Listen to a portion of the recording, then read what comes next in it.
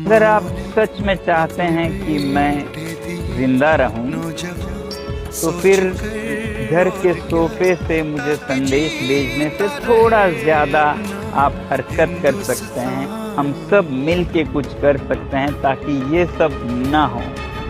और उसके लिए मैं ये सोच रहा हूँ कि सबसे सही जगह है हमारे भारत का संसद, जहाँ पर निर्णय लिए जाते हैं, बहस होते हैं, नीतियाँ बनती हैं। तो क्या आप तैयार हैं अगर मैं कहूँ कि 20 जुलाई को जब संसद का मॉनसून सत्र शुरू होता है, तो मेरे साथ आप लोग भी जंतर मंतर से संसद तक एक शांतिपूर्ण मार्च करें।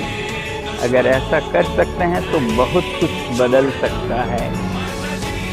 इसके लिए आपको दिल्ली आना होगा और मेरे साथ इस शांतिपूर्ण मार्च में जुड़ना होगा।